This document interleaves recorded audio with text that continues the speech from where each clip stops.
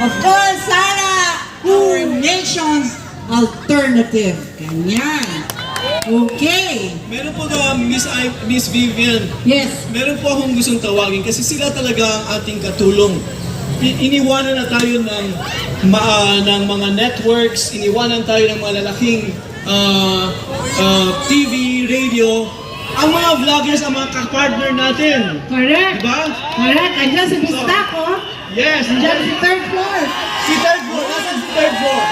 Nasaan si third floor? Ito, andito. Eto. Let's Let's ask Miss Pam. Miss Pam.